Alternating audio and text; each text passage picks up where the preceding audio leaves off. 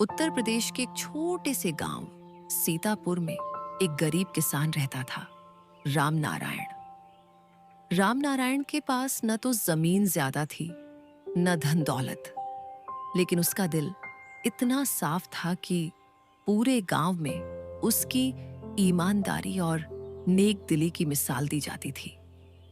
उसकी पत्नी गौरी मेहनती और समझदार थी। 2 बच्चे, रवि और छोटी राधा, जिनके मासूम चेहरे ही उसकी थकान मिटा देते थे। सुबह का समय था। सूरज की पहली किरण जब खेतों पर पड़ी तो ओस की बूंदें मोतियों सी चमकने लगी। ठंडी हवा के साथ मिट्टी की सोंधी खुशबू चारों ओर फैल गई। राम नारायण हर रोज की तरह हल लेकर खेत में उतर गया, चेहरे पर उम्मीद और मन में चिंता। हे भगवान, आज का दिन अच्छा बीते। बस इस बार फसल सही निकल जाए, पिछले साल की तरह कीड़े न लगें, सारी मेहनत मिट्टी में मिल जाए तो मन टूट जाता है। अरे सुनते हो, एक बार तो पेट में कुछ डालकर जाया करो। खाली पेट रोज हल लेकर निकल पड़ते हो, धूप में चक्कर आ जाएगा। अरे भगवान, पहले खेत देख लूं। पेट की भूख तो थोड़ी देर सह लेंगे, लेकिन जमीन की भूख रोज बढ़ती जा रही है। अगर आज पानी देर से दिया तो पूरी मेहनत पर पानी फिर जाएगा। हर रोज यही बात। थोड़ा खुद के लिए भी सोचो, वरना खेत तो रहेगा पर तुम नहीं। अरे पगली, जब खेत हंसता है तभी तो हमारा घर हंसता है। चलो, तुम चिंता मत करो, मैं जल्दी लौट आऊंगा। गौरी ने कुछ नहीं कहा, बस मुस्कुरा दी। वह जानती थी उसका पति पहले जमीन की भूख मिटाता है, फिर अपनी सूरज अब ऊपर चढ़ने लगा था और राम नारायण हल लेकर मिट्टी में पहली रेखा खींच चुका था, एक नई उम्मीद की तरह। एक दिन राम नारायण रोज की तरह खेत जा रहा था। रास्ते में पीपल के पेड़ के नीचे एक बूढ़ा साधु बैठा था। चेहरा सूखा, आंखों के नीचे गड्ढे, हाथ कांप रहे थे, जैसे कई दिनों से कुछ खाया ही ना हो। बेटा, जरा ठहर जा, बहुत भूख लगी है। कुछ खाने को मिलेगा क्या? अरे बाबा, मेरे पास तो बस 2 ही रोटियां हैं, पर आधी तो क्या, पूरी भी चाहिए तो ले लीजिए। खेत पहुंचकर फिर कुछ और इंतजाम कर लूंगा। नहीं बेटा, तू अपना पेट काट कर मुझे दे रहा है, ये बहुत बड़ी बात है। आधी ही दे दे, वही मेरे लिए वरदान होगी। लीजिए बाबा, ये लीजिए। थोड़ा सा गुड़ भी है, इसे साथ खा लीजिए। धूप तेज है, पानी भी पी लीजिए। बेटा, तेरा दिल बड़ा है। तेरा चेहरा बता रहा है कि तू ईमानदार और नेक इंसान है। याद रख, नेकी कभी बेकार नहीं जाती। आज तूने भूखे को खिलाया है, कल भगवान तुझे भरपूर देंगे, फसल में भी और किस्मत में भी। आपका आशीर्वाद चाहिए बाबा, बाकी सब भगवान की मर्जी। राम नारायण झोला उठाकर आगे बढ़ गया। उसने साधु की बात को एक साधारण आशीर्वाद समझा, लेकिन उससे क्या पता था वही दिन उसकी जिंदगी का असली मोड़ बनने वाला है।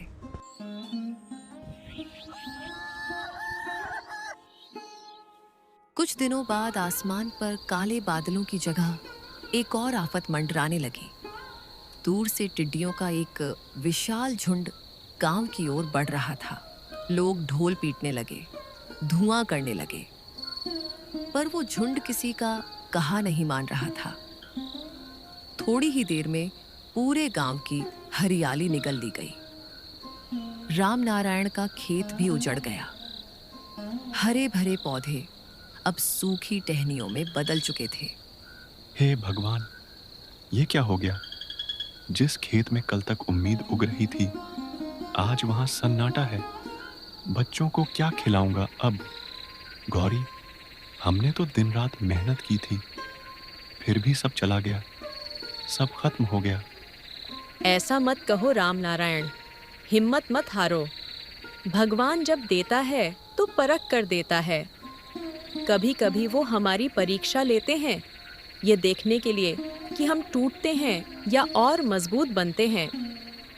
गौरी, खेत में खड़ी फसल नहीं, मेरी उम्मीदें जल गई हैं। अब गांव वालों से क्या मुंह दिखाऊंगा मैं? गांव वाले क्या कहेंगे ये मत सोचो। तुम्हारी मेहनत सब जानते हैं। जिसके दिल में सच्चाई और हिम्मत हो वो कभी हारता नहीं। फसल फिर उगेगी, लेकिन अगर तुम हार गए तो घर कैसे संभलेगा? राम नारायण चुपचाप खेत के किनारे बैठ गया। उसकी आंखों में नमी थी, लेकिन दिल के किसी कोने में एक छोटी सी रोशनी अब भी थी, आस्था की रोशनी। वो जानता था भगवान उसकी मेहनत का फल देर से ही सही मगर जरूर देंगे। गांव में एक अमीर जमींदार था, भूपत सिंह। उसके पास चारों ओर खेत, हवेली, नौकर चाकर सब कुछ था, लेकिन उसका दिल पत्थर से भी ज्यादा कठोर था। वह अक्सर गरीब किसानों को ऊंचे ब्याज पर कर्ज देता और फिर उनकी जमीन हड़प लेता। क्यों रे राम नारायण, अब क्या करेगा? तेरी तो फसल गई, घर में अनाज का दाना नहीं बचा होगा। चल, मेरे खेत में मजदूरी कर ले, 2 वक्त की रोटी मिल जाएगी। मालिक, काम में कोई बुराई नहीं, मैं मजदूरी कर लूंगा, मगर इज्जत से। भीख नहीं चाहिए मुझे। हा हा हा। अरे गरीब और इज्जत, तू तो बड़ा मजाकिया निकला रे राम नारायण। जब जेब खाली हो और पेट में रोटी ना हो तो इज्जत का क्या दाम? मालिक, इज्जत ही गरीब का आखिरी सहारा होती है। धन तो आज है, कल चला जाएगा, लेकिन जो मेहनत से जीता है वो कभी झुकता नहीं। बहुत बड़े बड़े बोल बोलता है तू। चल हट मेरे सामने से। तेरे जैसे गरीबों की वजह से ही यह गांव पिछड़ा हुआ है। भूपत सिंह की बातों से चौपाल पर सन्नाटा छा गया। राम नारायण की आंखों में आंसू थे, पर उसने सिर झुकाया नहीं। ईश्वर सब देख रहा है मालिक, समय सबका बदलता है। आज तेरा है, कल मेरा भी आएगा।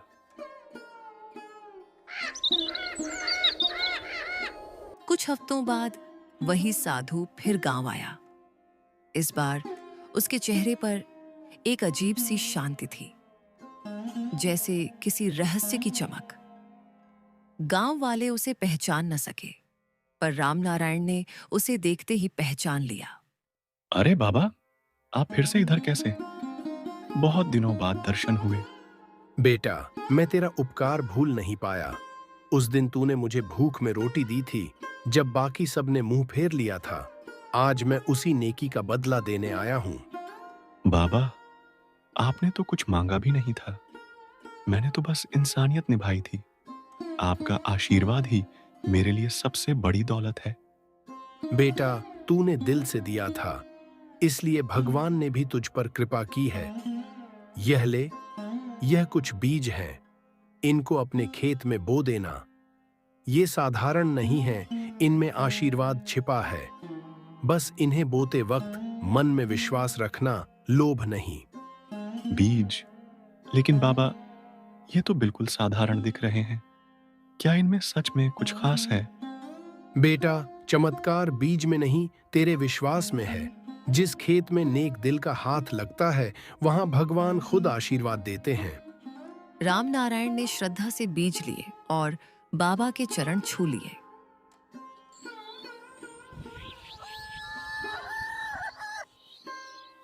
अगले ही दिन उसने उन बीजों को अपने खेत में बो दिया। कुछ ही हफ्तों में उसका खेत हरी भरी फसलों से लहराने लगा। गांव वाले हैरान थे। कोई कहता, राम नारायण के खेत में तो सोना उगाया है। कोई बोला, ये जरूर किसी चमत्कारी बाबा का आशीर्वाद है। पर राम नारायण मुस्कुराकर बस आसमान की ओर देखता रहा। क्योंकि वह जानता था नेकी कभी व्यर्थ नहीं जाती, वो एक दिन जरूर फल देती है।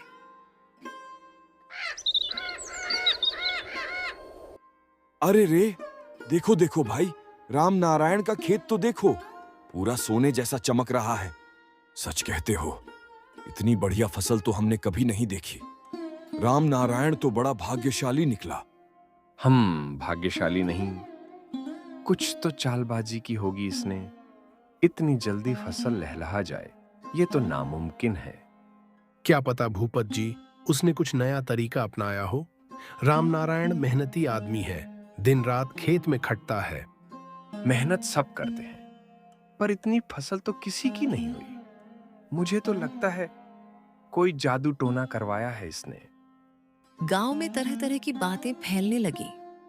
किसी ने कहा जादू है, किसी ने कहा वरदान, लेकिन सच्चाई किसी को पता नहीं थी।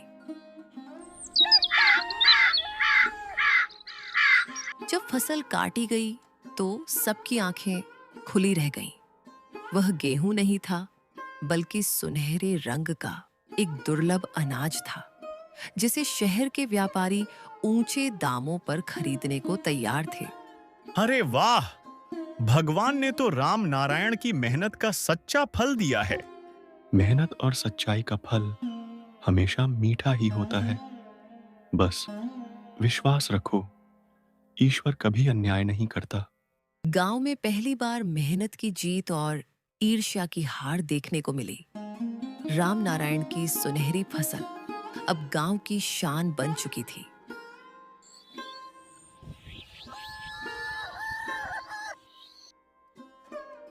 राम नारायण जी, आपकी फसल तो पूरे जिले में मिसाल बन गई है। अगर आप हमें यह फसल बेच दें, तो हम आपको 2 गुना दाम देंगे। 2 गुना दाम? लेकिन मैंने तो कभी सोचा भी नहीं था कि मेरी मेहनत इतनी कीमती बन जाएगी। मेहनत की कीमत देर से सही मिलती जरूर है। आपका बीज ही खास है। अगर हम इसे फैलाए तो सबका भला होगा। मैं तो बस इतना चाहता हूं कि गांव के सब किसान भी खुश रहें, क्योंकि अकेले की खुशहाली अधूरी होती है जब तक पूरा गांव न फले फूले। आप चाहें तो यह बीज हमसे बांट सकते हैं, बाकी हम खरीद लेंगे। ठीक है भैया, आधा बीज गांव के किसानों में बांट दूंगा, ताकि सबके खेत लहलहाए, और बाकी तुम्हें दे दूंगा। रामनारायण ने अपने दिल की सच्चाई से सबको खुश कर दिया।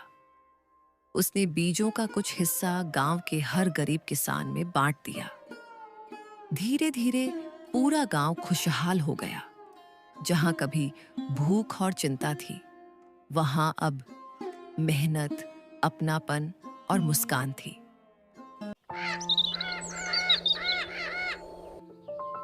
राम नारायण, आज मैं तेरे सामने सिर झुकाकर खड़ा हूं। मैंने तुझसे बहुत बुरा व्यवहार किया था, तेरी मेहनत पर शक किया, तेरी ईमानदारी को अपमानित किया। पर आज जब देखा कि तूने अपने खेत से पूरे गांव का पेट भरा है, तो समझ आया, सच्ची दौलत जमीन या पैसा नहीं होती, बल्कि इंसान के अंदर की नेकी और सच्चाई होती है। मालिक, गलती हर इंसान से होती है, पर जो अपनी गलती मान ले वही सबसे बड़ा होता है। भगवान भी उसी को माफ करता है जो सच्चे मन से पछताता है। राम नारायण, तूने मुझे आज सिखा दिया कि ताकत पैसा नहीं बल्कि सच्चाई और नेकदिलपन होती है। अगर तू चाहता तो मेरा अपमान लौटा सकता था, पर तूने माफ करके मेरे दिल को जीत लिया। मालिक, इंसान की असली जीत तब होती है जब वह नफरत के बदले प्यार दे सके। मैंने बस वही किया जो मेरे पिता ने सिखाया था। भलाई का रास्ता मुश्किल होता है, लेकिन मंजिल सुंदर होती है। उस दिन चौपाल पर एक इतिहास बन गया। भूपत सिंह ने सबके सामने सिर झुकाया और पूरे गांव ने देखा कि बड़ा वही नहीं होता जिसके पास दौलत हो, बल्कि बड़ा वो होता है जो अपनी गलती स्वीकार कर सके। कई महीने बीत गए। अब गांव में पहले जैसी तकरार नहीं रही। राम नारायण के नेक कर्मों ने सबका दिल जीत लिया था। जो लोग कभी उसे तुच्छ समझते थे, आज वही लोग उसका आदर करने लगे थे।